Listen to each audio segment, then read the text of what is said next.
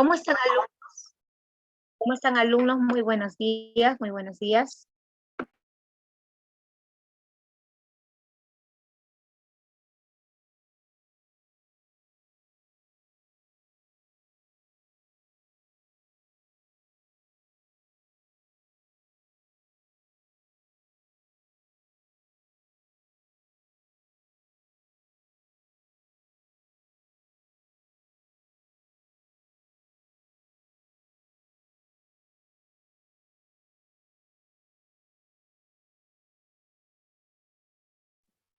Les saluda la profesora Pilar Paredes y el día de hoy vamos a desarrollar una clase de geografía. Vamos a hablar acerca de los fenómenos y los desastres naturales, ¿sí? Entonces vamos a empezar primero poniendo pues un pequeño video de rigor para poder entrar al tema del día de hoy. Un momentito, por favor. Un momentito, por favor, vamos a pasar el material para el día de hoy.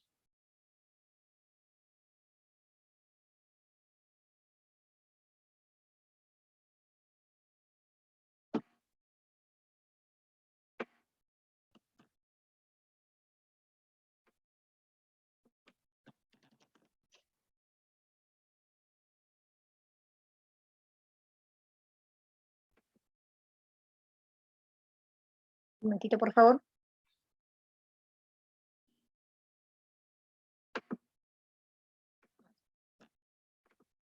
Vamos a empezar entonces con a compartir el video acerca de primero de lo que es un fenómeno natural.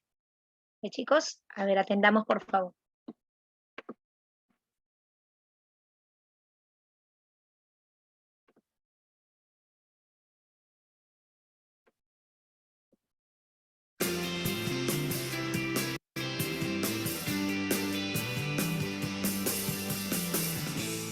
¿Te has preguntado alguna vez qué es un fenómeno natural? En la clase de hoy vamos a hablar sobre los fenómenos naturales y los desastres naturales. La naturaleza, niños, se encuentra en un proceso constante de movimiento y transformación, y estos cambios son los fenómenos naturales. Es decir, que no son provocados por la acción humana, pero pueden influir de manera positiva o negativa en la vida de los seres humanos. Por ejemplo, la lluvia. Este fenómeno es muy importante porque gracias a este, las plantas se alimentan.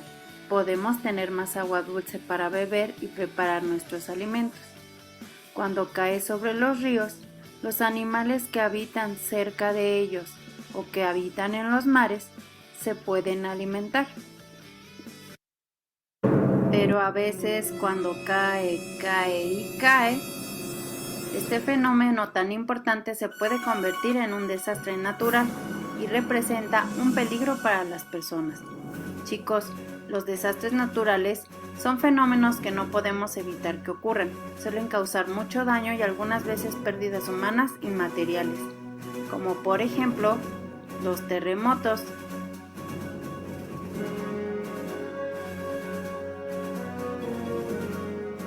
los tsunamis, las inundaciones, las erupciones volcánicas, los huracanes y la sequía. Ahora que ya sabes más acerca de los fenómenos y desastres naturales, te invito a que hagas conmigo el siguiente experimento. Acompáñame.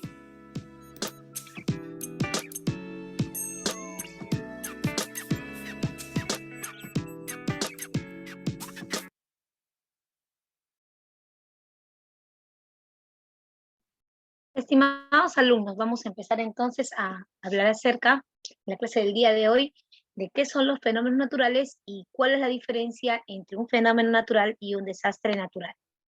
Muy buenas tardes, les saluda la profesora Pilar Paredes y vamos a empezar con la exposición del material del día de hoy.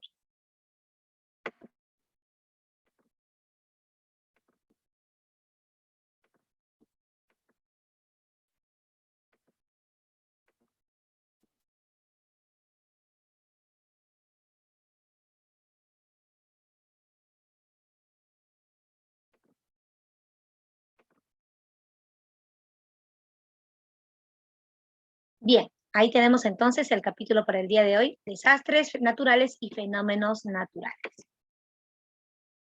Ya lo tenemos una imagen, mira, vale más que 1000 palabras, como se dice, y estamos apreciando diferentes tipos de fenómenos naturales. ¿Cuándo es que un fenómeno natural se vuelve un desastre natural? Ahora vamos a revisar. Para empezar, tenemos que mencionar a qué se le llaman fenómenos naturales. Los fenómenos naturales son sucesos o cambios que van a suceder, que acontecen en la naturaleza, sin la participación humana. Así es, se refiere a procesos permanentes de movimientos y transformaciones que sufre la naturaleza. ¿Correcto? Vamos a señalar acá con el marcador. Tenemos algunos fenómenos que se manifiestan con determinada regularidad, por ejemplo, las lluvias, ¿no? En los meses de verano. Son fenómenos recurrentes, es decir, que vienen y se van. Así es. Esto lo vamos a tener sobre todo en los meses de diciembre, abril, en la región andina. Un fenómeno natural también se puede considerar como un desastre natural. Ojo, mira, un fenómeno natural puede llegar a ser un desastre natural cuando éste impacta de forma negativa en la población, causando pues daños y destrucción. Así es. Bueno, si bien algunos fenómenos naturales tienen poder destructivo, ojo, no todos los fenómenos naturales causan desastres. Hay algunos inclusive que son positivos para la vida humana. Por ejemplo, las lluvias. Las lluvias son necesarias para el desarrollo de la agricultura. Así es. Y el consumo de agua potable. Digamos. Ahora, ¿qué son los desastres naturales? Se entiende como desastres naturales a los cambios violentos o repentinos en la dinámica de nuestro medio ambiente, ocasionando una grave interrupción que afecta el adecuado funcionamiento de una comunidad. Ahora, cuyas repercusiones inclusive pueden causar pérdidas humanas, pérdidas materiales, pérdidas económicas, así es, y donde la comunidad resulta afectada. Tal es así que no puede salir de esta afección por sí sola, teniendo que recurrir a la ayuda externa o apoyo externo. Así es. Los desastres naturales, estimados alumnos, se van a clasificar, ¿correcto? De acuerdo al origen o al peligro que genera o que lo genera. Por ejemplo, tenemos desastres provocados por la naturaleza y desastres provocados por el hombre. Así es. Entonces tenemos dos tipos de desastres. Desastres naturales y desastres provocados por el hombre. Sin embargo, serán las condiciones de vulnerabilidad y las capacidades de respuesta de la sociedad las que determinen la magnitud de los daños. Así es. Vamos entonces a continuar. Componentes de los desastres naturales. El primer componente de un desastre natural es el peligro o la amenaza. ¿Qué cosa es el peligro o amenaza? Miren, según el Instituto Nacional de Estadística e Informática, el INEI, lo define, ¿qué cosa es el peligro o amenaza? Es la probabilidad de la ocurrencia de un fenómeno natural, ya sea natural o inducido por la acción humana. ¿Qué cosa es? Entonces, la probabilidad de que pueda ocurrir este fenómeno o desastre natural. Potencialmente dañino para un periodo de tiempo específico y en una localidad específica. ¿Correcto? En la mayoría de los casos, alumnos se identifica como con el apoyo de la ciencia y la tecnología. Es decir, actualmente, ¿no? Debido al desarrollo de la ciencia y la tecnología, podemos de alguna manera identificar cuáles son aquellas zonas que se encuentran en condiciones de peligro o amenaza. Por ejemplo, tenemos las fotos satelitales. Fotos satelitales son fundamentales para saber, por ejemplo, dónde se encuentran las quebradas. Tú sabes que las quebradas son zonas muy peligrosas para el desarrollo de la vivienda, porque en ellas tarde o temprano pasará un huaico. Por ejemplo, las fotos satelitales también nos permiten determinar cuáles son las ocurrencias de las lluvias, ¿no? Hacia dónde se dirige, por ejemplo, un huracán, etcétera. Entonces, actualmente la ciencia y la tecnología nos ayuda bastante a poder identificar los lugares de riesgo o amenaza. Ahora, sigamos con el factor peligro o amenaza, ¿sí? Vamos a ver varios tipos de peligro. Ahí está. Tenemos tipos de peligros que son naturales, socionaturales y peligros de origen antrópico. A ver, los peligros de tipo o de origen natural son eventos producidos netamente por la naturaleza en donde no ha intervenido la acción humana. Pueden ser eventos, por ejemplo, que ocurren en la atmósfera, eventos hidrometeorológicos, eventos biológicos, por ejemplo, ahí está, eventos biológicos, pueden ser también, ya sabes, sismos, erupciones volcánicas, etcétera. En estos tipos de peligro, repito, no ha intervenido la acción humana. A ver, tenemos también, por ejemplo, derrumbes, aludes, erosiones en laderas, aluviones, etc. Ahora tenemos los tipos de peligro socionaturales. ¿Ya? Son eventos en cuya actividad, aparte de la naturaleza, también ha intervenido la acción humana. Y el hombre, con su acción, ha incrementado el potencial destructivo de este evento. ¿Correcto? A ver, entonces tenemos acá las sequías, las heladas, las inundaciones, ¿no? Son ejemplos de tipos de desastres de origen socionatural. Y ahora tenemos desastres de origen antrópicos. Estos desastres son netamente originados por la acción humana. Son eventos dañinos creados por el hombre. Así es. Están ligados sobre todo a procesos de industrialización, el desarrollo tecnológico, el crecimiento de la población. Estos son los principales causantes de los desastres naturales de origen antrópico.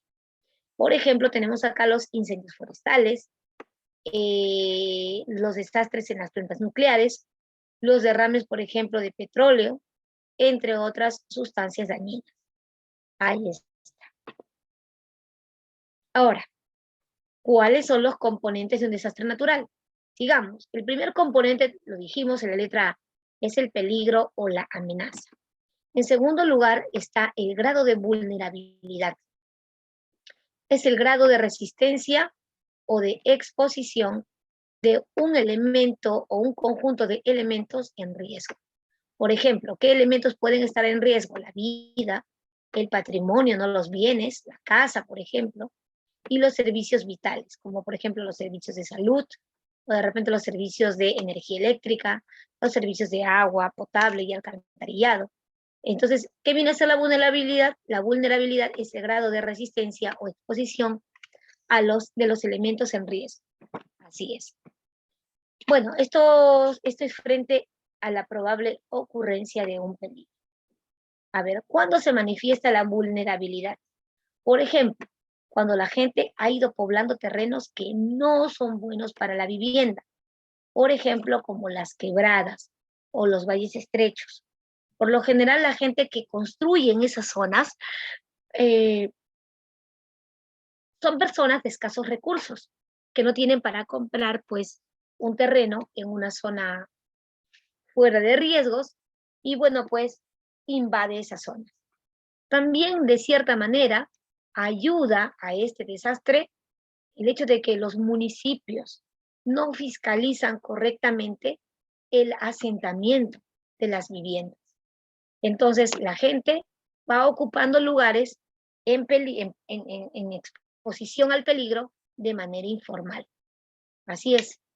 O sea, un ejemplo entonces tiene que ver, ¿no? ¿Dónde se manifiesta la vulnerabilidad? Por ejemplo, en aquellos lugares que no son aptos para la vivienda, ahí la gente construye. También estos lugares son vulnerables por el tipo de suelo. Por ejemplo, ¿qué pasa si tú construyes tu casa en la arena? ¿Qué pasa si uno construye su casa, por ejemplo, en un terreno arenoso, cerca de la playa, ¿no? En la costa? Ante la ocurrencia de un sismo, ¿qué va a pasar? El suelo muy fácilmente se va a sacudir porque no es un suelo compacto. Y al sacudirse el suelo, obviamente tus construcciones de material noble se van a caer. También, por ejemplo, otro ejemplo de la vulnerabilidad lo tenemos cuando las viviendas han sido construidas de manera personal sin respeto a las normas de construcción. Uno puede haber construido de repente su casa en un lugar rocoso, en un lugar seguro. El lugar es seguro, pero si no tiene o no cumple con las normas de seguridad, por ejemplo, ¿no? Usa cualquier tipo de material para construir, entonces lo más probable que ante un fenómeno natural, ese fenómeno se transforme en desastre natural para el caso de la casa del vecino. Entonces, allí tenemos, estimados alumnos, ejemplos de cómo se manifiesta el grado de vulnerabilidad. Ahora, ¿cuáles son las causas de por qué una persona o una sociedad se vuelve vulnerable a un fenómeno natural? Bueno, uno tiene que ver, por ejemplo, con el crecimiento desmesurado, desordenado de la población en zonas de peligro. Por ejemplo, mira, de esta manera la gente como invade los cerros y bueno, pues construye sus casas, ¿no? Algunos de ellas ni siquiera tienen medidas de seguridad para la construcción. Otro, tenemos que ver con el estancamiento y la declinación de la dinámica económica. ¿Qué sucede? Que los países por mucho tiempo tienen periodos de estancamiento económico o también hay un periodo de estancamiento político donde, digamos, el gobierno más se está preocupando por de repente resolver problemas políticos y descuida la ayuda social. ¿Te das cuenta? Por ejemplo, ahorita es un clarísimo ejemplo. Desde los años 2016 hasta el día de hoy, hay una terrible crisis política en el Perú, donde los poderes del Estado están más preocupados en pelearse entre sí, repartirse el poder, que en dirigir políticas de prevención de desastres a la población. Y esto lo hemos visto de forma muy notoria con la llegada del COVID, ¿no? Nuestro país no estaba preparado realmente para poder afrontar este desastre, ¿no? Este desastre del COVID. El COVID, por si acaso, es un desastre de tipo antrópico. Lo ha ocasionado el hombre y bueno, pues nuestro país no pudo hacer mucho para poder frenar el avance del COVID en este país, pues, ¿no? El Estado peruano estaba, repito, más preocupado por resolver otros problemas. Bueno, y como siempre, un factor de la vulnerabilidad, un factor de ello es la pobreza. Ya, el pobre, como siempre, tiene siempre las de perder, ¿no? Son los que primero van a sufrir el impacto de un desastre natural, ya que el pobre muchas veces tiene, ¿no?, viviendas de material rústico, ya que muchas veces no tiene para poder curar, ¿no? Curar una herida, curar una enfermedad o curar de repente los daños de un desastre natural. Entonces, la condición de pobreza también es un factor. A ver, el tercero, ahí tenemos el riesgo. Señores, una vez que analizamos los peligros de origen natural, se desarrollan diversos estudios, como por ejemplo la recurrencia de la magnitud y el nivel de susceptibilidad de la población, todo ello para mitigar o reducir el riesgo o la amenaza, ¿ya? Entonces tenemos que revisar cuál es el grado de riesgo de cada población, para luego, sabiendo qué tal grado de riesgo cubre la población, para luego, ¿no?, ir y con políticas adecuadas, reducir el riesgo o amenaza de esa población.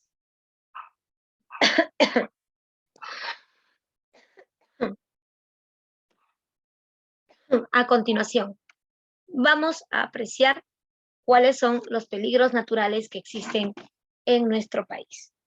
Vamos a hablar en primera instancia de los peligros ocasionados por fenómenos de la geodinámica interna. Empezamos por los terremotos o sismos. Ahí está. Chicos, ¿qué es un sismo? Un sismo, ya vamos a tener que mencionar acá, un sismo en verdad es una sacudida violenta de la corteza terrestre, ¿sí? ¿Cuáles son los factores que pueden causar un sismo? A ver, ¿por qué motivo, profesora, se producen los sismos? Uno de ellos, por ejemplo, puede ser por causas tectónicas, es decir, el movimiento de placas. Otros terremotos se producen de repente por las erupciones volcánicas violentas. Otros terremotos se producen de repente por el derrumbe o el colapso de la corteza. Así es. Entonces, ahí tenemos los terremotos o sismos. Señores, el Perú está comprendido en una de las regiones más sísmicas del mundo. Nos encontramos en el Cinturón de Fuego del Pacífico, ¿sí? Es un lugar en la Tierra donde existe una altísima probabilidad de que ocurran fenómenos como estos de forma recurrente. Los sismos son movimientos de las capas de la Tierra que se manifiestan por la liberación súbita de energía mecánica generada u ocasionada por la actividad volcánica. Como consecuencia, ya se van a producir vibraciones generadas por la corteza, ¿no? Por la liberación de energía, claro está. Entonces, vamos a tener que el hipocentro es el foco o el lugar donde se manifiesta el sismo, ¿sí? Los sismos pueden ser superficiales, pueden ser de origen intermedio o pueden ser de tipo profundos. Los sismos superficiales son los que se producen entre los 5 hasta los 60 kilómetros de profundidad. Luego tenemos los sismos intermedios, que van más allá de los 60 kilómetros y los 300 kilómetros de profundidad. Y los sismos que son más profundos van más allá de los 300 kilómetros de profundidad. Entonces, ahí tenemos acerca de los terremotos o sismos. Y bueno, pues,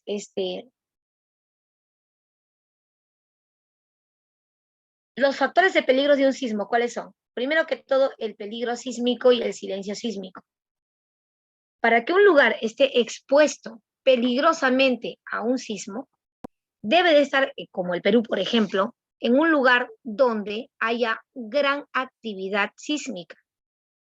Y también el silencio sísmico te va a decir si este lugar es vulnerable. ¿Por qué? Porque hay lugares, por ejemplo, como en la costa central del Perú, donde hace más de 30 años no ha ocurrido un sismo importante. ¿Han ocurrido temblores en Lima, profesor, en la costa central? Sí, han ocurrido, pero de forma leve. Pero todavía la Tierra, en esta parte del país, no libera energía como se espera.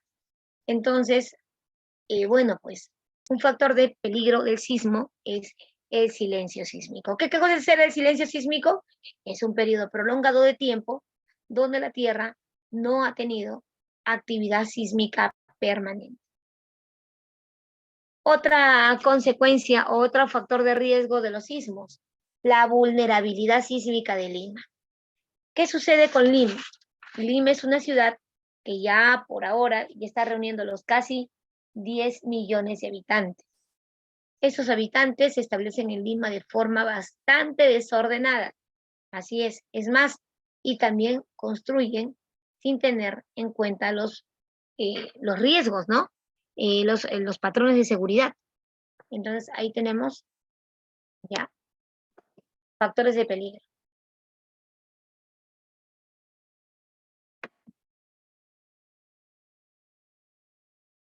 Un momentito.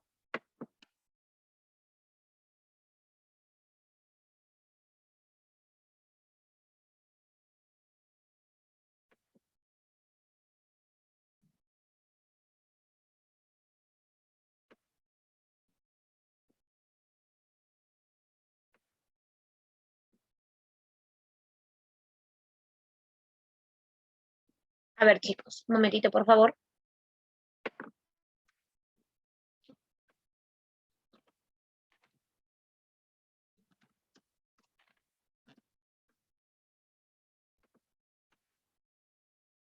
Con respecto a los terremotos, vamos a recordar uno de los desastres más terribles ocurridos en Ancash. ¿Ya? Para que tú veas, ahí es el ejemplo.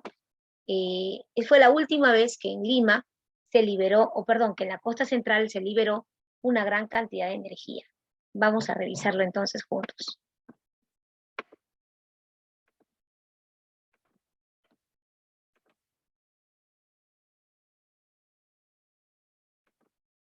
En mayo se cumplen 44 años justamente del terremoto que vivió Ancash. Bueno, el sismo dejó alrededor de 100.000 personas sin vida.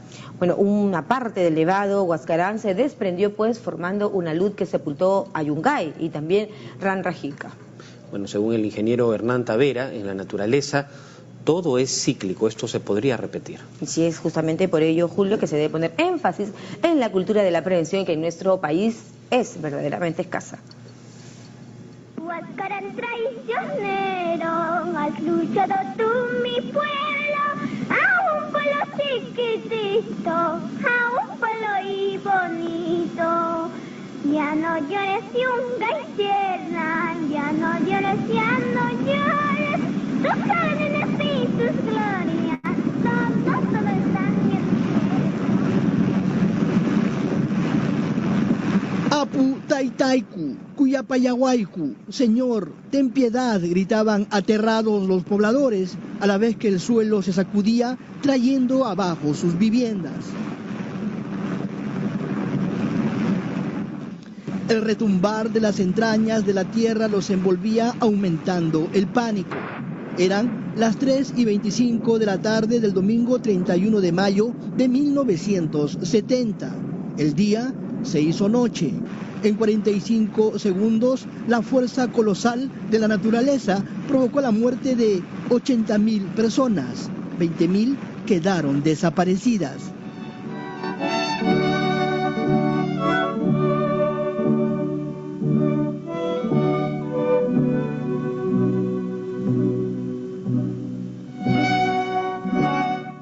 Aquel día también se recuerda porque se inauguraba el Mundial de México. Perú esperaba el debut de la blanquirroja 2 días después. Se pasó de la algarabía al cataclismo. A ese evento se le conoce como el terremoto de Ancash. A nivel global, la mortandad que produjo el sismo del 70 y sus efectos secundarios lo ubica en un puesto bastante alto, ¿no? Podríamos decir que está entre los 10 que han producido mayor mortandad a nivel mundial.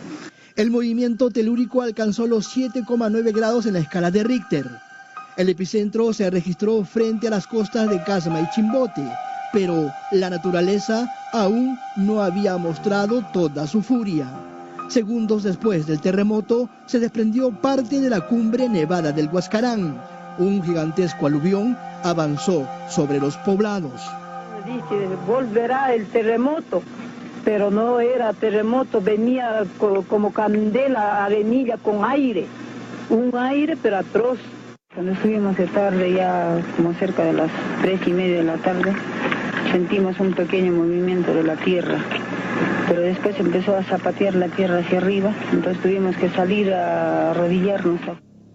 Se dice que la avalancha tenía 400 metros de ancho y 15 metros de alto. Descendió a una velocidad de 400 kilómetros por hora, sin dar tiempo a escapar. Cuentan que llovían bloques de hielo y rocas.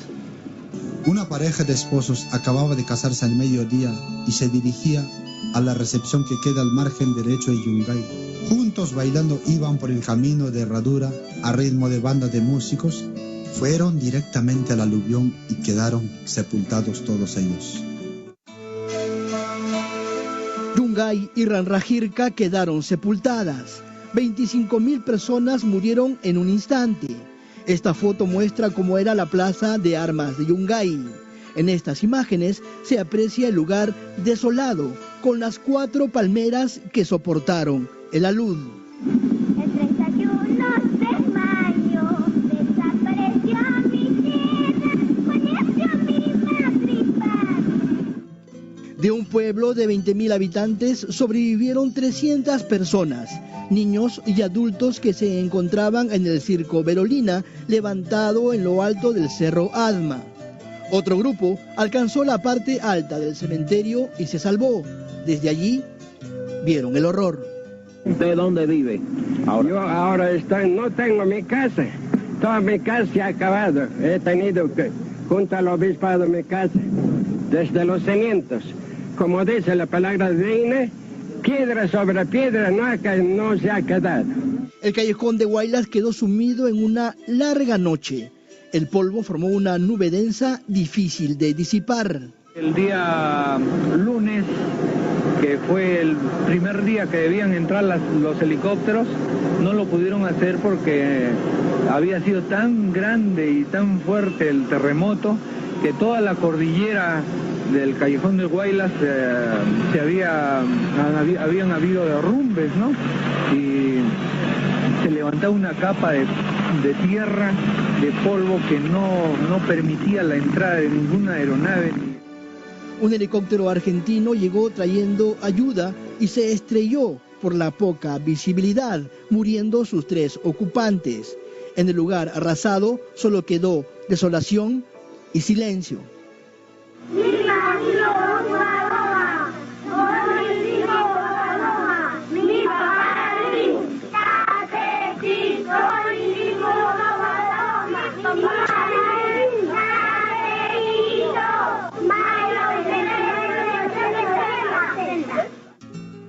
$20.000 niños quedaron huérfanos y muchos fueron adoptados por familias extranjeras. La ayuda internacional se hizo presente y el ejército peruano ayudó en las tareas de reconstrucción. 44 años después, aún hay mucho por hacer.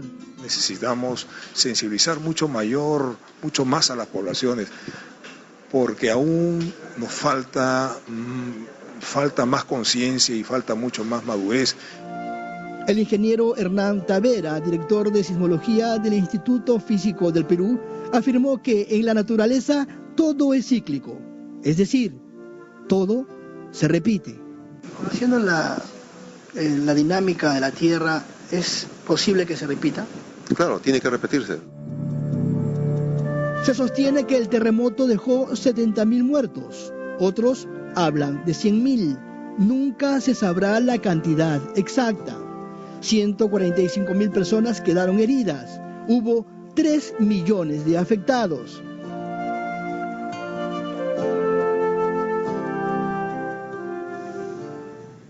Qué pena, ¿no? Ver estas imágenes donde verdaderamente, como dice la nota de Dean Cárdenas, la fuerza de la naturaleza y de la tierra prácticamente se entierra todo Yungay. Recordemos, fueron muchísimas las personas pues que perdieron la vida, ¿no? Que perdieron la vida. Bueno, y esto que nos lleve a reflexionar, en realidad, frente a cualquier sismo, el simulacro que se ha realizado ayer, por ejemplo, es muy importante porque nos ayuda a pensar cómo tenemos que actuar frente a una eventualidad y así evitar que existan más víctimas por estos casos. Vamos.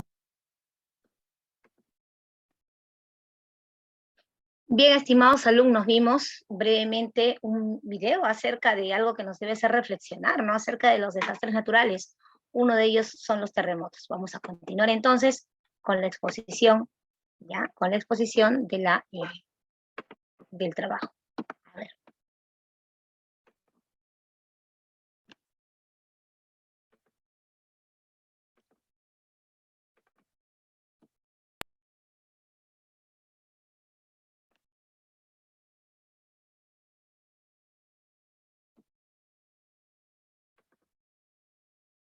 Bien, estábamos ahí apreciando entonces acerca de los sismos o terremotos. Los sismos, alumnos, tienen una medida, ¿no? Los sismos se miden en grados, pero se miden en escalas, ¿no? En escalas o grados. Tenemos ahí la escala de Richter y la escala de Mercalli. Ya, la escala de Richter, por ejemplo, mide el nivel de intensidad y la escala de Mercalli mide el grado o la magnitud del sismo. En este caso, ¿qué cosa mide, en otras palabras, la escala de Richter? El nivel de daños producidos, y en la escala de Mercalli se mide el grado de energía que ha liberado la Tierra. Así es. Los terremotos más simbólicos que hemos podido apreciar en el Perú y en el mundo han sido, por ejemplo, este que ustedes están apreciando aquí en la imagen. Mírenme, chicos, vamos a bajarlo por acá. A ver, acá tenemos, por ejemplo, el terremoto de Indonesia. ¿Lo ven? Ahí está. El terremoto de Indonesia generó una enorme destrucción, porque después del terremoto se va a producir, pues, una onda expansiva que provocó el tsunami. Este tsunami afectó a toda la parte sur de Asia, inclusive llegó a Oceanía y a Sudáfrica. La mayor parte de personas que murieron en este terremoto no murieron necesariamente por el terremoto en sí, sino por el tsunami, que, bueno, pues afectó en buena parte las costas de Etiopía, de Somalia, Madagascar, Sudáfrica, Indonesia mismo, la India, Pakistán, por ejemplo, Bangladesh y muchos países que estuvieron de cara al Océano Índico, sufrieron las consecuencias del terremoto. Así es, muchachos. Bueno, sigamos. Otro fenómeno. Tenemos los tsunamis. A ver, un momentito, tengo que dejar de compartir un ratito nada más. Un ratito nada más para preguntarte, ¿qué cosa crees tú que sea un tsunami? ¿Qué entiende usted por tsunami? ¿Ah? ¿Todos los terremotos provocan tsunami? ¿A qué se le llama tsunami? Bueno, los tsunamis, estimados alumnos, vienen a ser, un momentito, espérense. A ver. Ya. Los tsunamis son provocados por terremotos. Así es, pero ojo, cuando el terremoto se inicia, cuando el hipocentro del terremoto se inicia debajo del mar. Así es. A ver, un momentito, por favor. Ahí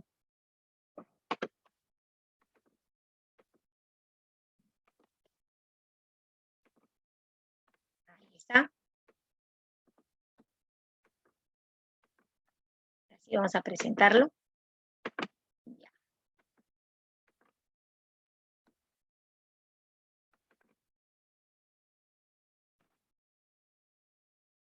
Ahí lo tienen ustedes. Estamos hablando acerca de los tsunamis.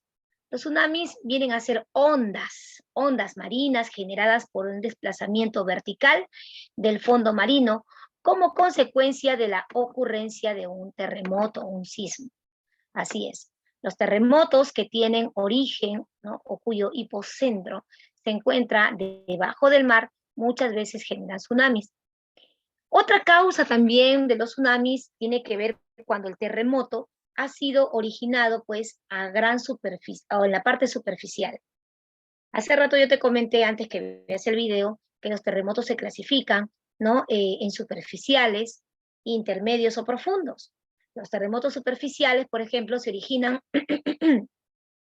entre los 5 a 60 kilómetros de profundidad, mientras que los terremotos más profundos se originan a más de 300 kilómetros de profundidad.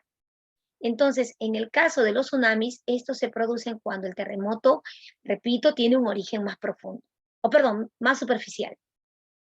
Bueno, estos tsunamis, ya sabes, ¿no?, se desplazan a lo largo de las costas marinas. El último tsunami, terrible tsunami, o uno de los tsunamis que tuvimos aquí en el Perú, fue originado allá por el terremoto de 1624, un terremoto que asoló las costas de Lima y Callao. Así es.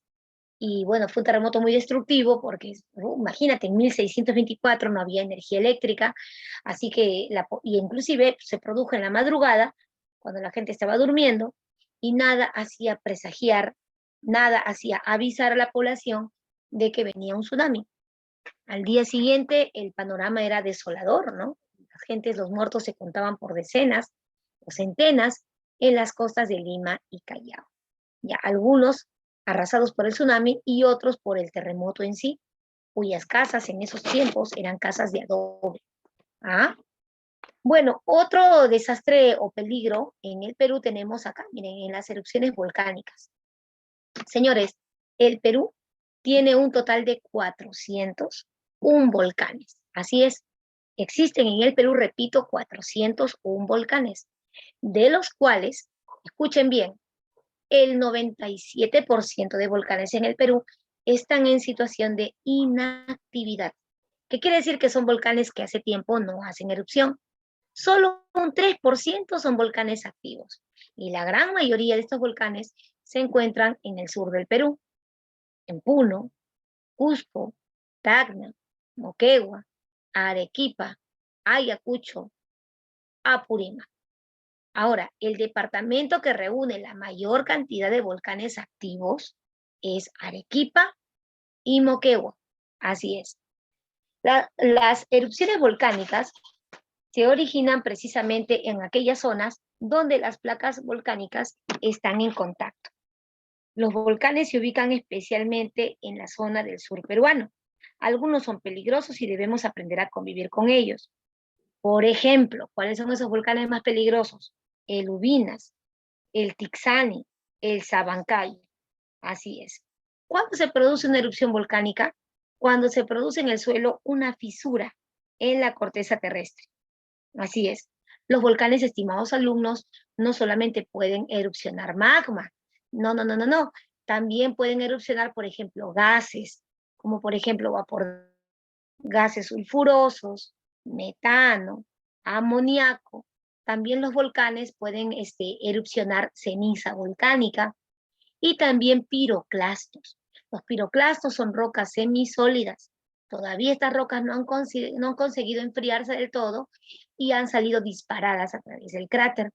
Entonces, estos piroclastos también vienen a ser, ¿no?, materiales que arroja un volcán. Muy bien. En el mundo, por ejemplo, las zonas volcánicas más importantes son aquellas que se encuentran precisamente en el fuego del pico, ¿sí? Como Japón, el norte de América, en México, por ejemplo, Centroamérica, ya ahí en México tenemos, por ejemplo, el volcán Paricutín, el Popocatépetl, ¿no? Tenemos también en Japón el volcán más bello del mundo, el volcán Fukuyama, por ejemplo. Aquí en el Perú, bueno, tenemos el volcán el Ubinas, el Misti. En México tenemos el volcán Chichón. Es una zona que se encuentra, todas estas zonas que te he mencionado, se encuentran en el cinturón de fuego del Pacífico. También, por ejemplo, dentro del Pacífico tenemos al volcán Krakatoa, un volcán que hizo erupción hace mucho tiempo atrás, y su erupción fue tan violenta que terminó por desarrollarse pues una gran explosión, ¿ya? Otras zonas volcánicas en el mundo, estimados alumnos, los podemos tener al norte de Italia. Así es, Italia reúne también volcanes muy peligrosos. Por ejemplo, el volcán Etna. También tenemos, a ver, el volcán, volcán Pelée que en las Islas Martinica. El volcán Etna, por ejemplo, en Italia, ¿ya? En la zona también de Grecia tenemos el volcán de Tera o de Santorini. Entonces son volcanes muy, muy activos. Ahí está, tenemos entonces peligros naturales en el Perú y también, ¿por qué no?, en el mundo. Otro fenómeno, ya que también se ha convertido en un desastre natural, son los deslizamientos. Esta es una imagen que he podido sacar de una noticia que hace un tanto atrás tuvimos, ¿no?, acerca de los deslizamientos allá en Chavín de Huántar. ¿Se acuerdan? El distrito de Chavín de Huántar, que queda pues en Ancash, en la provincia de Huari, la región Ancash, ¿ya?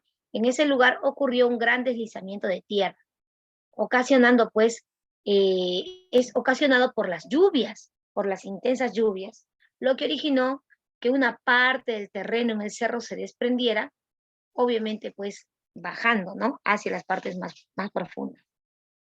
¿Qué es un deslizamiento? Es un descenso masivo, con movilización lenta o relativamente rápida, ¿ya? A lo largo de una pendiente. Este deslizamiento que implica, ¿no?, el movimiento tanto de roca y suelo, es causado por un exceso de agua en el terreno. Y este exceso de agua obviamente afloja la corteza. Y este exceso de agua obviamente es causado por las lluvias. Las causas de los deslizamientos se pueden originar por algún movimiento sísmico, o también, como decía, por las lluvias esporádicas, ¿correcto? Ahí lo tenemos. Otro movimiento de la tierra lo tenemos, otro desastre lo tenemos aquí, en los huaicos o las llovzas.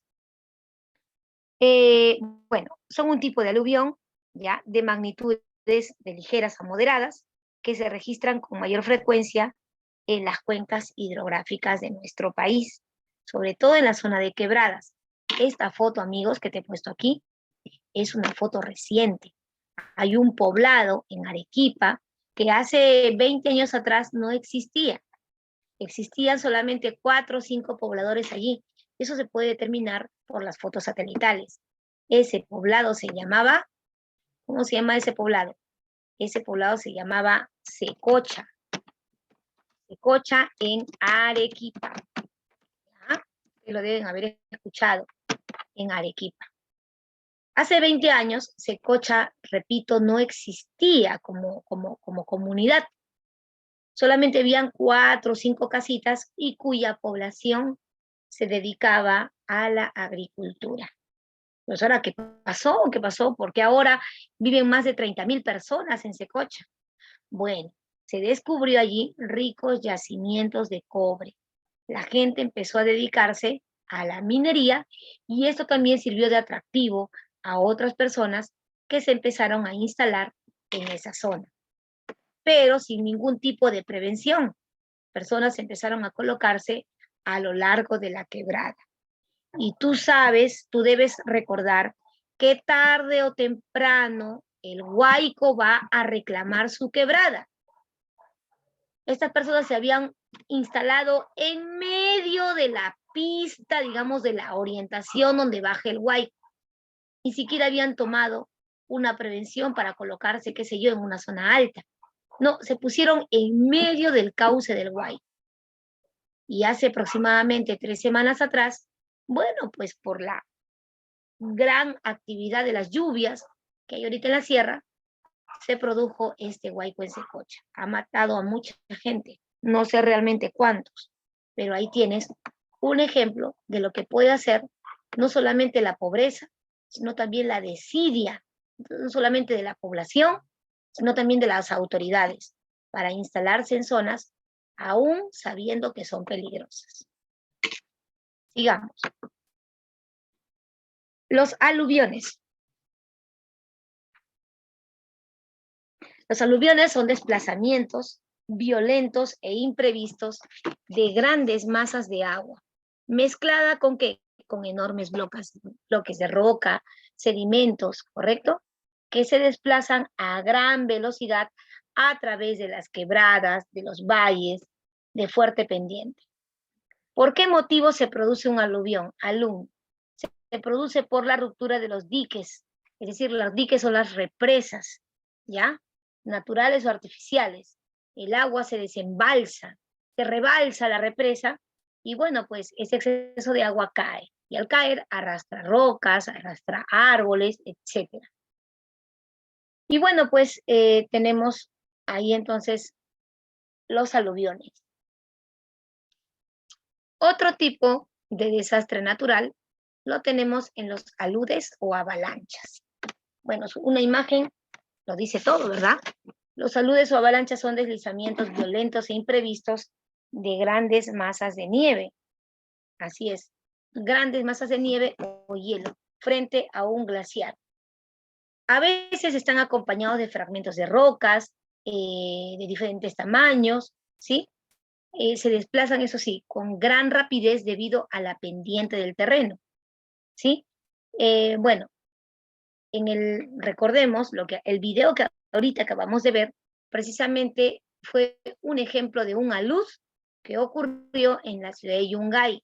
Esto se produjo después del terremoto. Debido al terremoto, un pedazo del pico del Nevado del Huascarán va pues a precipitarse, se raja y se cae, se precipita, provocando un gigantesco alud que mató más de 80.000 personas en Yungay. Así es. Entonces, ahí tenemos, estimados alumnos, qué son los aludes, qué son las avalanchas, qué son los deslizamientos, los huaicos, qué son, por ejemplo, los sismos, las erupciones volcánicas. Los tsunamis son peligros generados por fenómenos de la geodinámica interna, ¿correcto? Son peligros generados por movimientos que vienen desde adentro de la Tierra. A continuación, vamos a revisar otro tipo de peligros. Vamos a hablar acerca de los peligros generados por procesos hidrometeorológicos. Ahí está. Hidrometeorológicos y oceanográficos. Es decir, procesos originados en la atmósfera y en el mar. Empezamos con los procesos que se generan en la atmósfera, los hidrometeorológicos. Empezamos con las inundaciones. Muy bien, las inundaciones. Chicos, las inundaciones son los desbordes, ¿ya? Los desbordes ocasionales, esporádicos de las aguas de los ríos.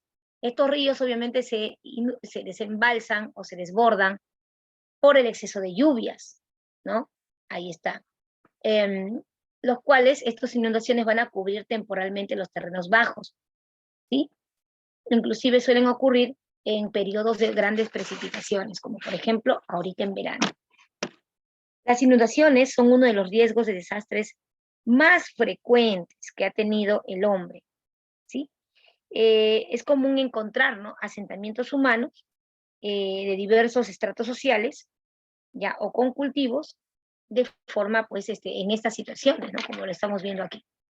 Una de las inundaciones que tuvimos más terribles, no solamente en Lima, sino también en buena parte del Perú, fue durante el fenómeno del Niño del año 2017. Se llamó el fenómeno del Niño costero. Ocasionó no solamente inundaciones, sino un daño importante en la infraestructura, la caída de puentes, por ejemplo, el colapso de algunas carreteras, ¿sí?, la proliferación inclusive de algunos insectos, enfermedades, etc.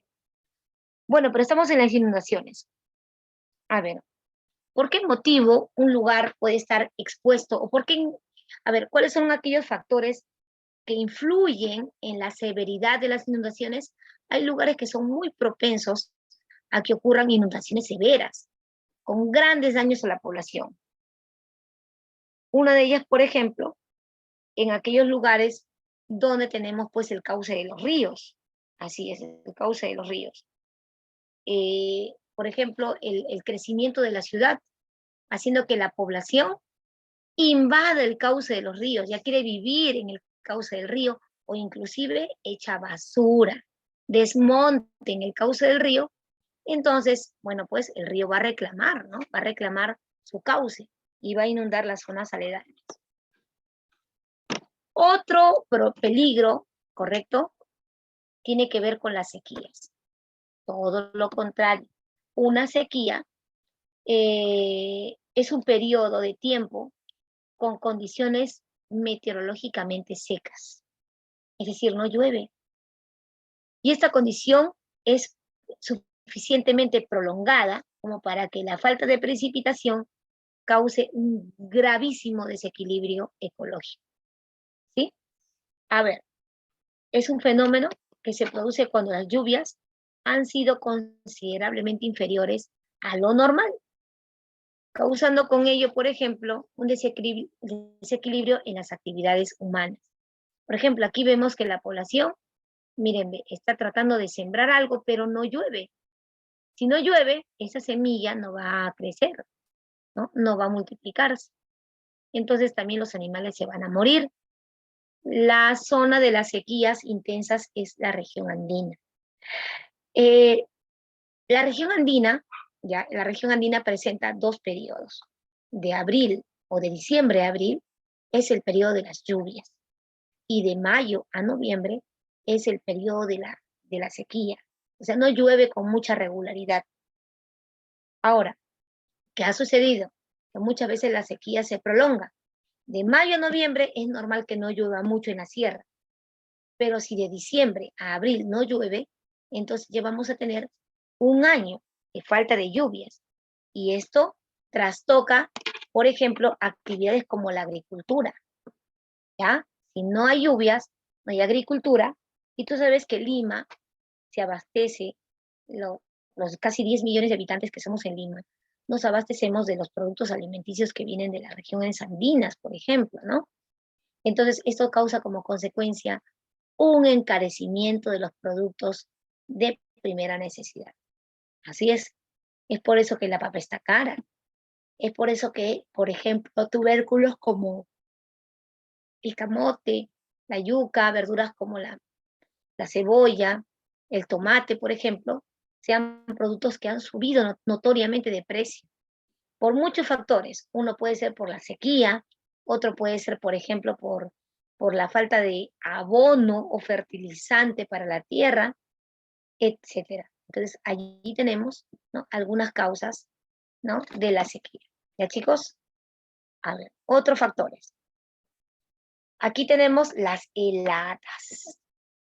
A ver, ¿a qué se le llaman heladas? Un momentito, por favor.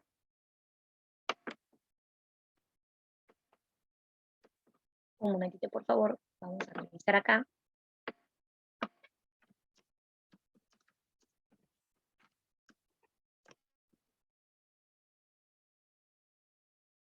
Un momentito, por favor.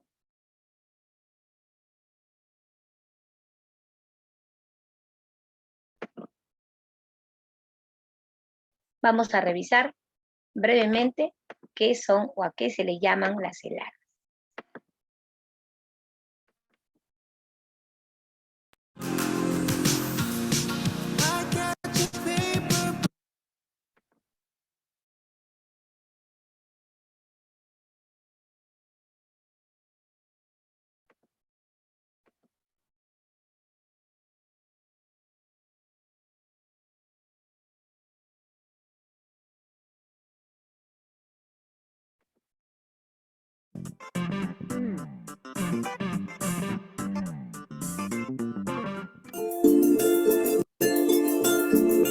Una de las maravillas del Perú es su rica biodiversidad, la cual nos permite albergar innumerables recursos que tienen el potencial de contribuir con el desarrollo del país.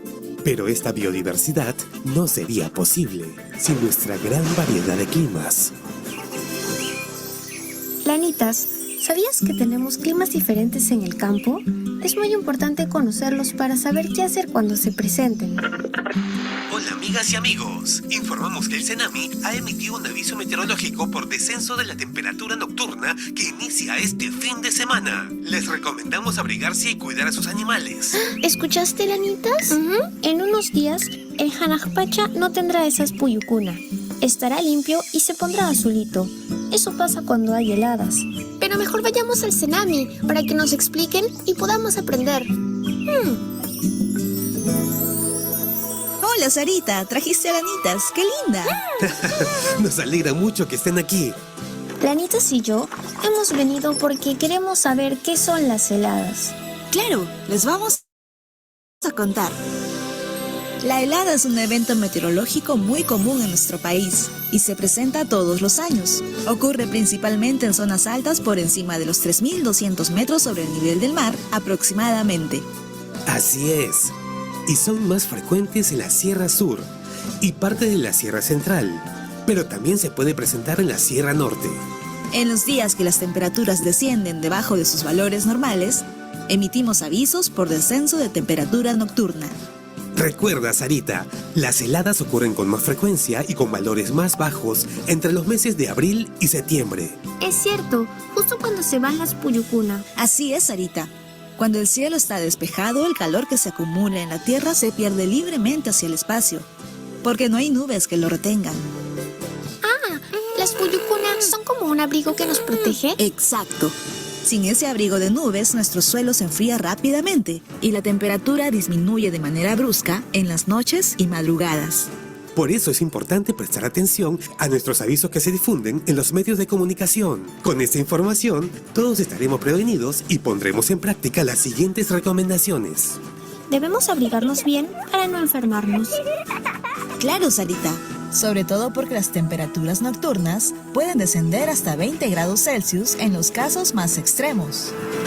Por eso, Mi papá y mi mamá trabajan juntos para tapar todos los huequitos de las paredes, techos, puertas y ventanas, para que el frío no entre en nuestra casa. Muy bien. En cuanto a la agricultura, es necesario informarse para prevenir riesgos y sembrar cultivos tolerantes a las bajas temperaturas. También debemos cuidar a nuestros animalitos, porque el frío les puede hacer daño y hace que tengan poco alimento. Así es, Sarita. Y no olvidemos lo más importante: estar atentos a los avisos que difunde el Senami y prepararnos.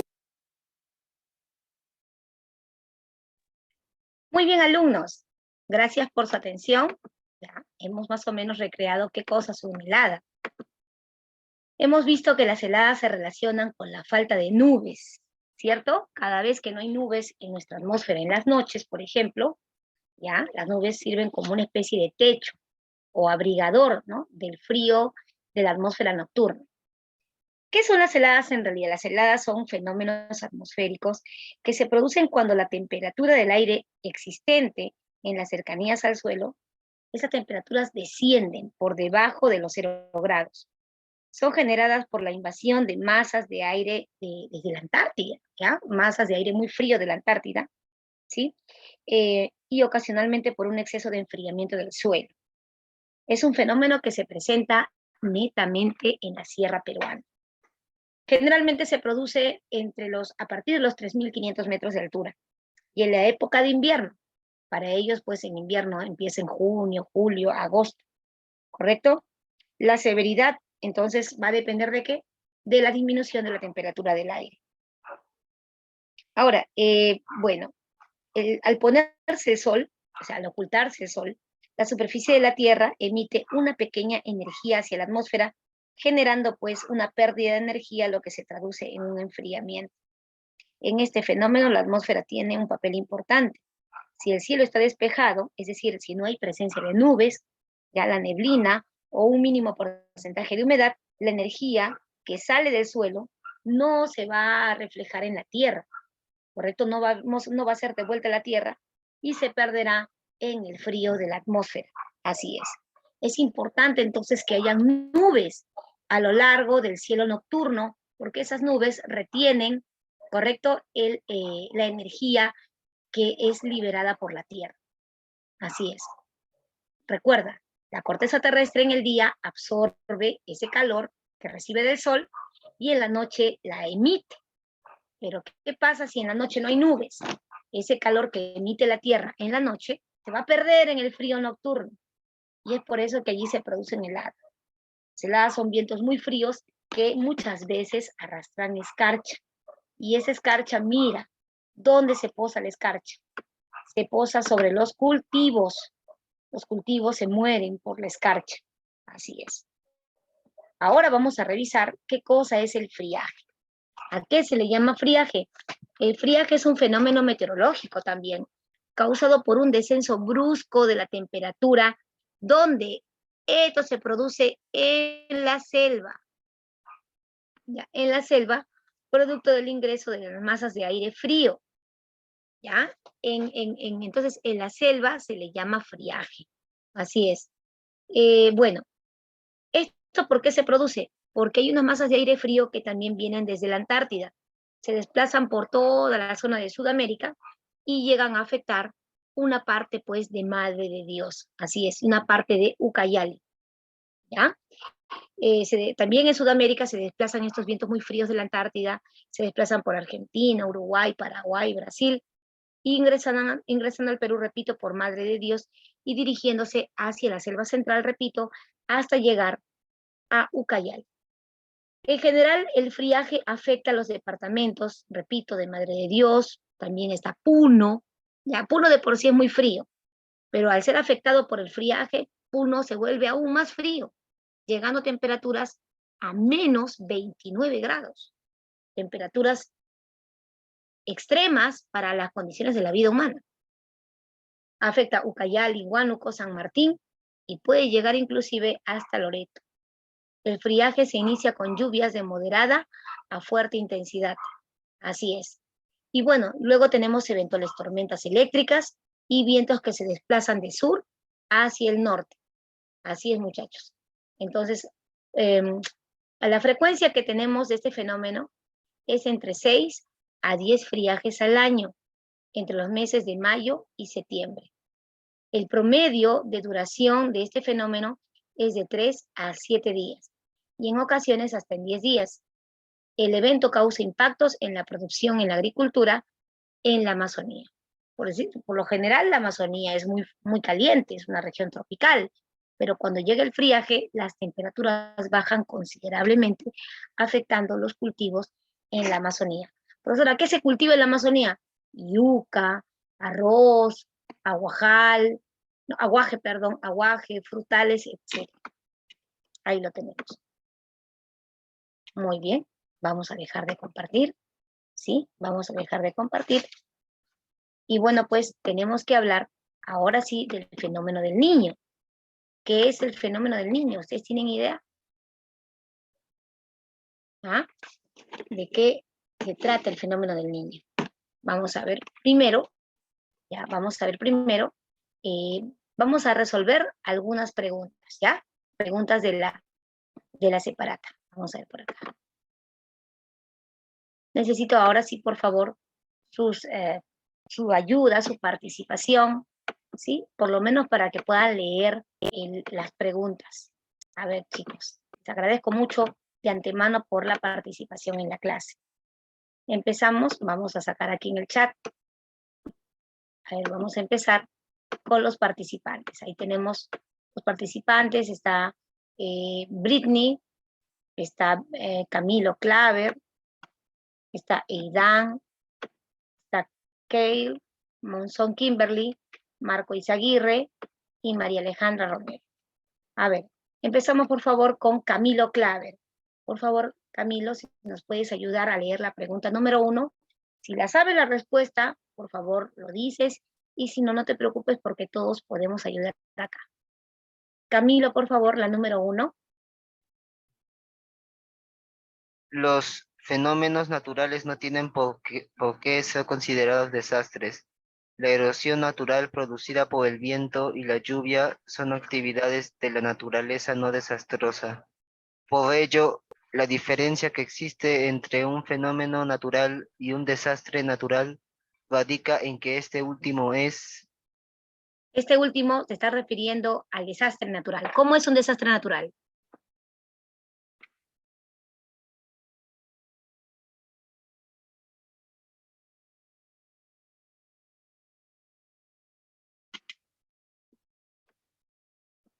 A ver, chicos, un ratito. Me disculpan, están tocando mi puerta, no sé quién será. Permítanme un momentito, por favor. Mientras van resolviendo la pregunta 1.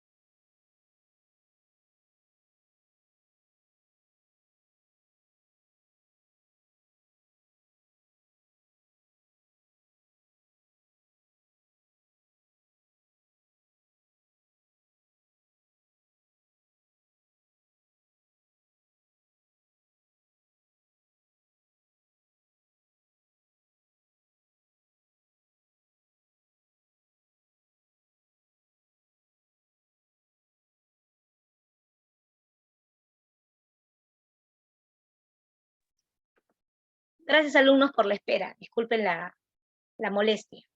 A ver, te estaban hablando acerca de los fenómenos naturales. Dice que no tienen que ser considerados necesariamente desastres, ¿sí? ¿Por qué?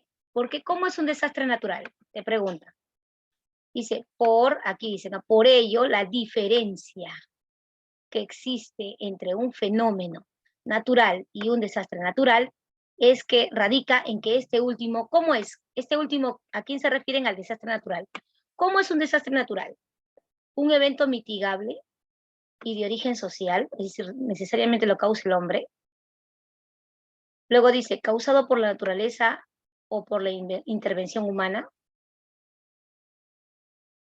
Conjunto de daños sobre un centro poblado. Considerado como la incapacidad de una unidad social o un evento natural que excede los límites de la normalidad. ¿Ah? Es un evento, a ver, un desastre natural, recuerda que puede ser, a ver, un evento natural, correcto, que excede los límites de la normalidad. ¿A qué me refiero? A que necesariamente en un desastre natural hay una imposibilidad de la población de recuperarse por sus propios medios. O sea, normalmente la población ante un fenómeno natural se recupera rápidamente, pero ante un desastre natural, la población no tiene esa capacidad de respuesta. Va a tener que solicitar ayuda, ¿sí? Ayuda externa. La clave sería la E, ¿ya? Es la E. Vamos a colocar acá el número 2. Dice, a ver, para EIDAN, ¿se encontrará EIDAN? La número 2. Sí, profesora. Hola, EIDAN. Buenas tardes. La número 2, por favor, ¿nos puedes ayudar? El Perú forma parte de la zona denominada Cinturón del Fuego del Pacífico, caracterizada por una alta sismicidad. Además, nuestro país está viendo afectado por los efectos del cambio climático. En su sector andino se producen con cierta frecuencia fenómenos geológicos externos. Del anterior se deduce que A ver, de todo lo que hemos leído, lo que se ha leído ahí, ¿qué podemos sacar de conclusión? La vulnerabilidad se ha reducido en todo el país. Al contrario, somos un país altamente vulnerable. Letra B, la región amazónica está expuesta a mayores desastres. Letra C, los escenarios de riesgo en el país son medianamente bajos. El Perú está expuesto a muchos peligros de origen natural. Letra E, la población peruana tiene una débil cultura de prevención. ¿Qué se desprende? La letra D, pues. El Perú está expuesto a muchos peligros de origen natural. ¿Por qué? Porque estamos en el cinturón, en una zona altamente sísmica llamada el Cinturón de Fuego del Pacífico. Además, estamos sufriendo los peligros de los efectos del cambio del clima. ¿Sí?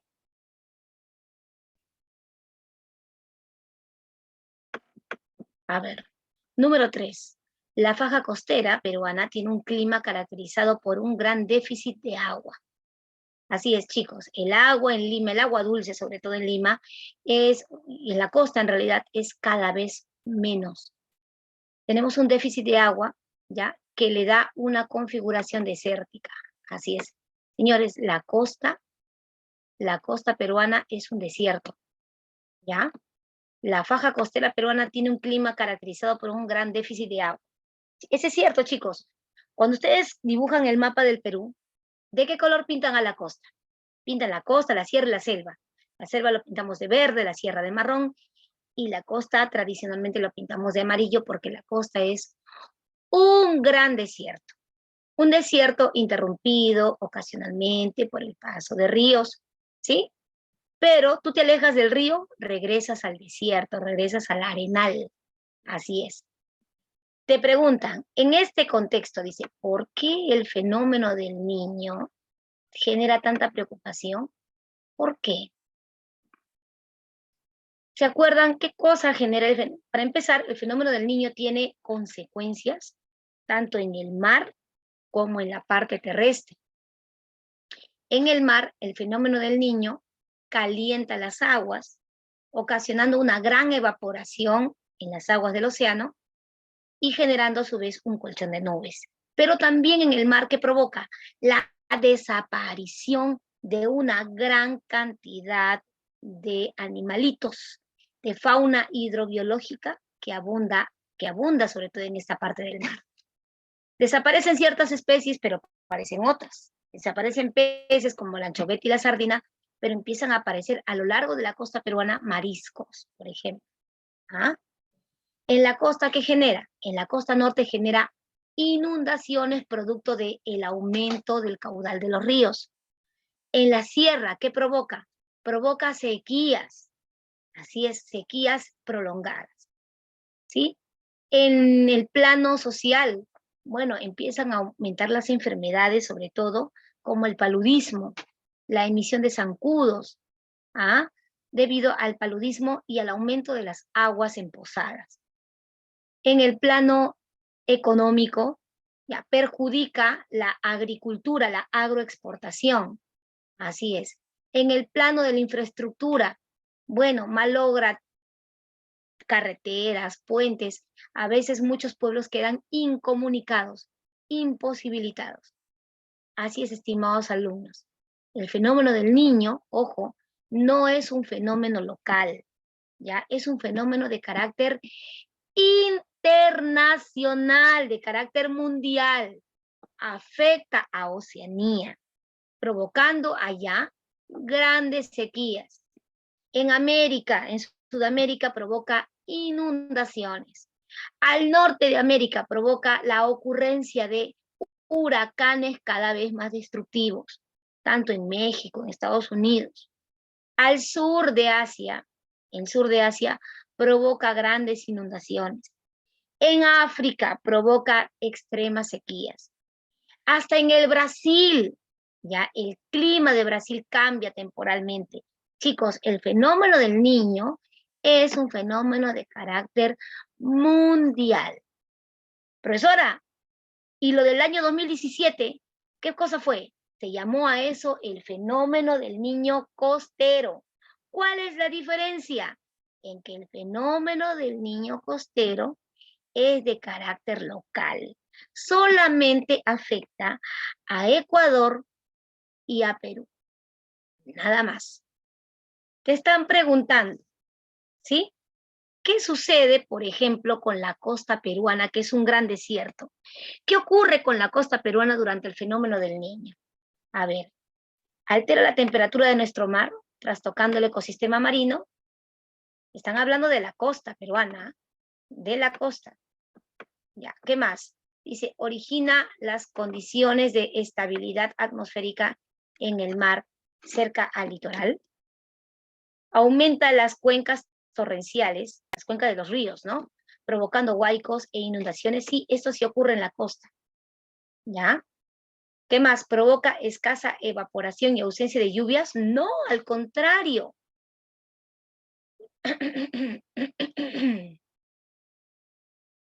¿Sería qué cosa? A ver, ¿qué sería? La 1 y la 3. Así es. La número 1 y la número 3. ¿Qué dice la 3? Activa las cuencas, claro.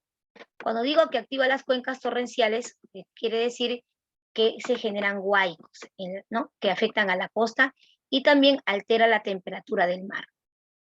Muy bien. Esto es en la número 3. Número 4. Dice, determinadas poblaciones en Chosica viven en una zona rodeada de quebradas. Saben que las quebradas son zonas donde pasará el huaico.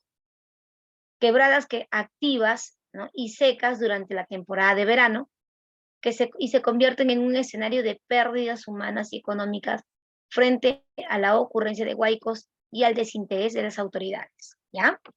¿De qué hemos hablado? De las quebradas. ¿Cómo es que las quebradas, ¿no? Se convierten en una zona que se activa frente al fenómeno del Niño, ¿no? Etcétera. Dice, de lo anterior, de lo que hemos hablado anteriormente, se concluye, se infiere, ¿no? Que los factores que inciden en el riesgo, ¿cuáles son? A ver, ¿cuáles son los factores que inciden en el riesgo de las quebradas? A ver. las zonas vulnerables y la entrega de licencia de construcción, la falta de presupuesto y los inadecuados. No dice más, la respuesta B está incompleta. ¿Ah? ¿Qué más dice? La falta de preparación de la población y la corrupción de funcionarios, el peligro inminente y el manejo de las cuencas hidrográficas. A ver, ¿qué es aquello que hace que las quebradas se vuelvan zonas peligrosas para vivir, que aumente el peligro de las quebradas? La falta, el peligro inminente. A ver, ¿cuál sería? La falta de preparación en la población, ahí está. Y la corrupción de los funcionarios. ¿Por qué? La población no está preparada para la ocurrencia del huaico, ¿ya? No limpia el cauce de sus ríos, no deja un espacio dentro de su ciudad para que pueda pasar el huaico. Y de otro lado, los malos funcionarios en los municipios dan licencias a diestra y siniestra. Es más, empiezan a vender terrenos muy cerca a las quebradas. Así es, muchachos. Entonces, ahí tenemos la C, la 5, la C. Ayúdame, por favor, Kimberly. Te encontrarás ahí, Kimberly, con la número 5. Kimberly.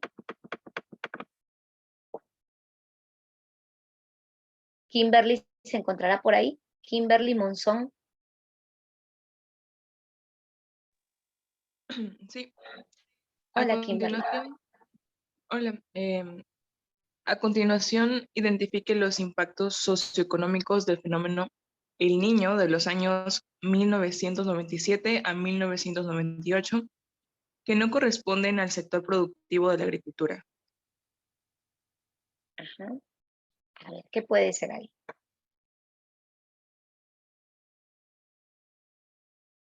Impactos socioeconómicos, consecuencias, ¿no? Socioeconómicas del fenómeno del niño entre los años 97 y 98 que no corresponden, ¿ya? Que no corresponden al sector productivo de la agricultura.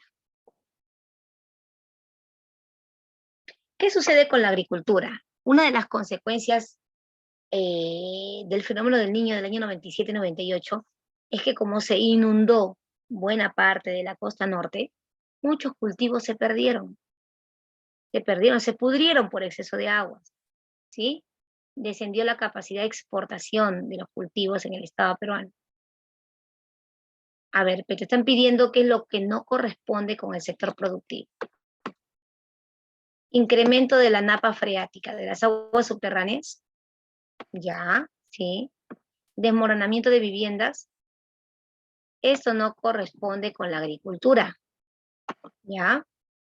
Desarrollo de fenómenos climatológicos en la meseta del Collao. Tampoco.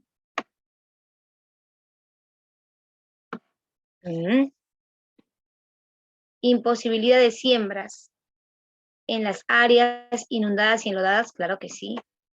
Están diciendo lo que no corresponde. Lo que no corresponde. ¿Sí?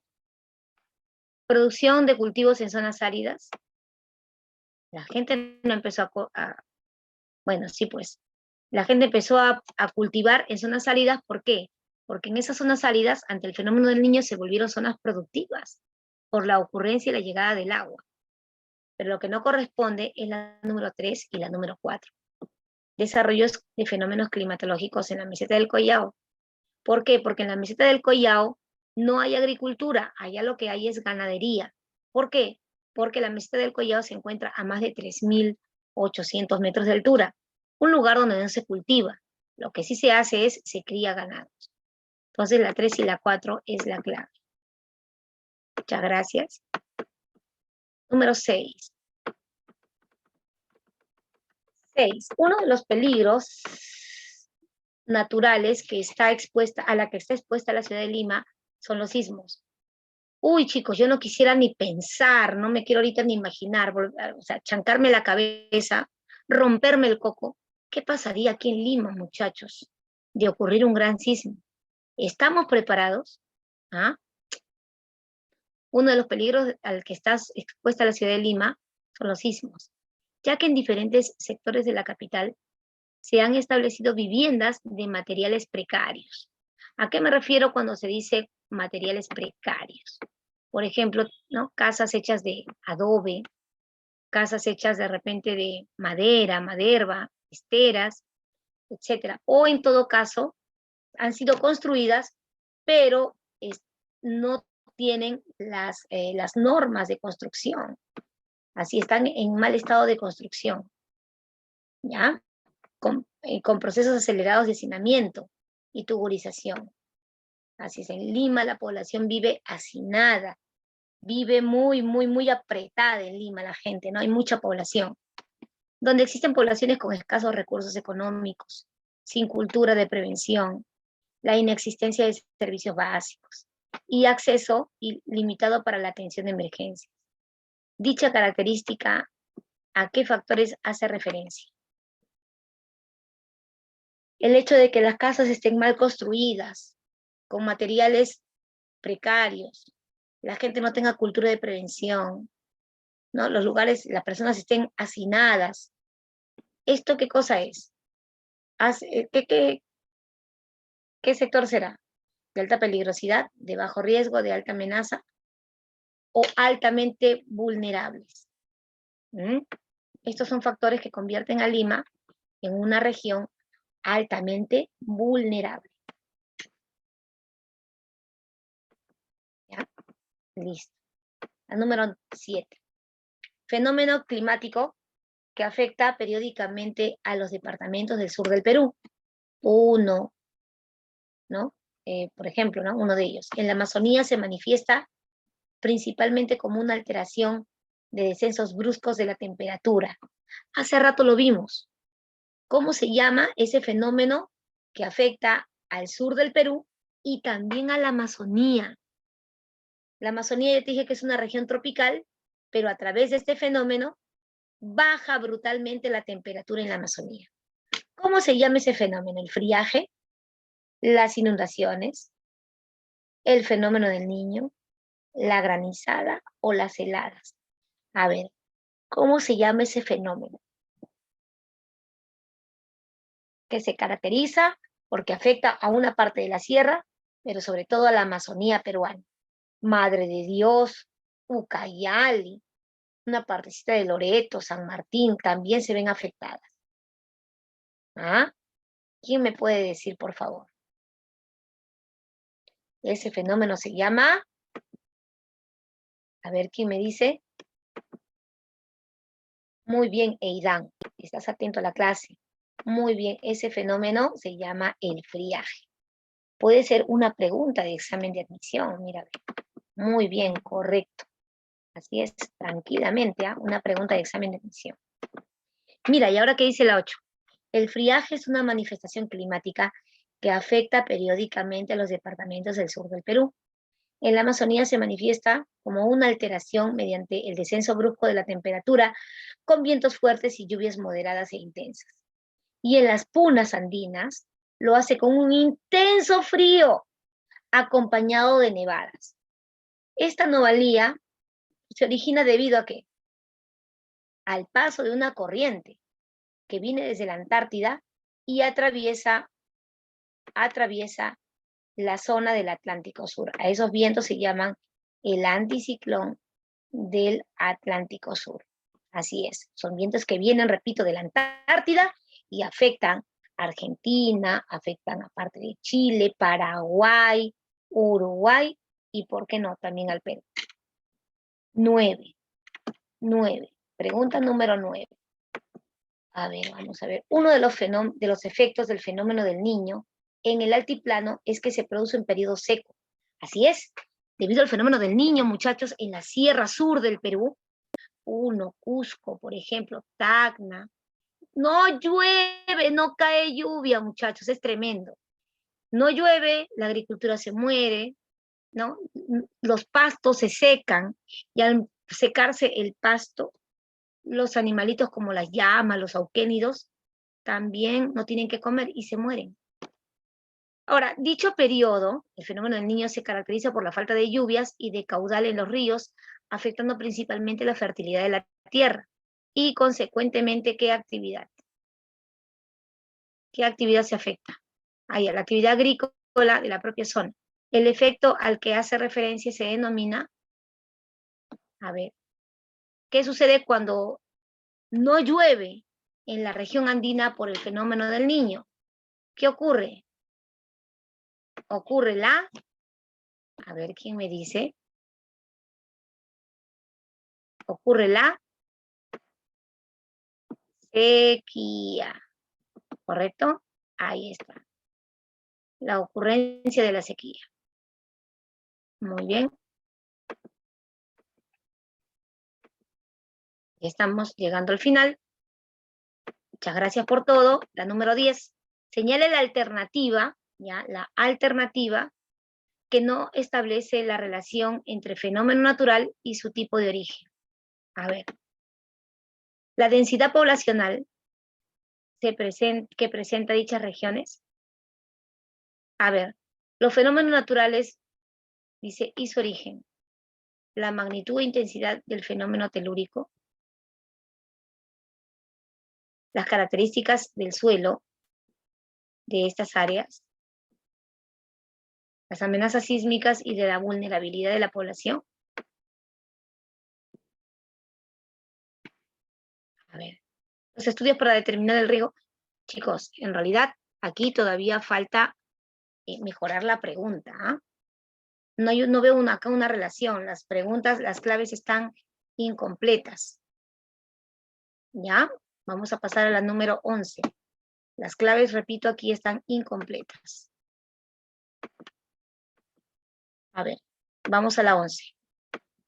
Durante los meses de enero a marzo, en la región andina se manifiestan diversos peligros de origen natural, por ejemplo, el desplazamiento violento de una gran masa de agua con mezclas de sedimentos, variada granulometría y bloques de rocas. ¿Cómo se le llama eso? ¿Cómo se le llama eso? ¿Ah? Debido a las intensas precipitaciones en las partes más altas del valle. ¿Ah? Se llaman una gran masa de agua con mezcla de sedimentos. Eso se llaman los aludes, ¿ya? Debido a la intensa actividad de las lluvias, estas lluvias, ¿no? Se acumulan y en las lagunas artificiales se precipitan, se rebalsan y cae el exceso de aguas acompañados de rocas, ¿no? Mezcla de sedimentos, etc. Y eso se llaman los aludes. Muy bien. Y la número 12, los glaciares en el Perú se ubican por encima de los 5.000 metros de altura. Representan el 71% de glaciares tropicales y constituyen el principal origen de los ríos. Así es, los ríos se originan en los glaciares, pues. Sin embargo, sus enormes cornisas, que son salientes de varios cientos de metros, constituyen un peligro potencial para la destrucción porque pueden desprenderse y por gravedad que pueden producir. A ver. Que pueden producir, dice, ¿no? Los glaciares tropicales y constituyen el principal origen de los ríos y lagunas. De los glaciares nacen los riachuelos que luego llenarán las lagunas. ¿Qué sucede cuando las lagunas se rebalsan? ¿Qué provocan?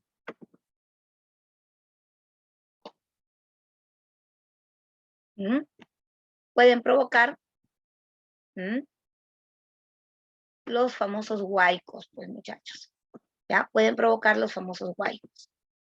Bueno, chicos, hemos llegado a las 12 en punto. Muchas gracias por su atención. ¿Ya? La semana pasada me pasé un poquito de la hora y ahora agradezco, ¿ya?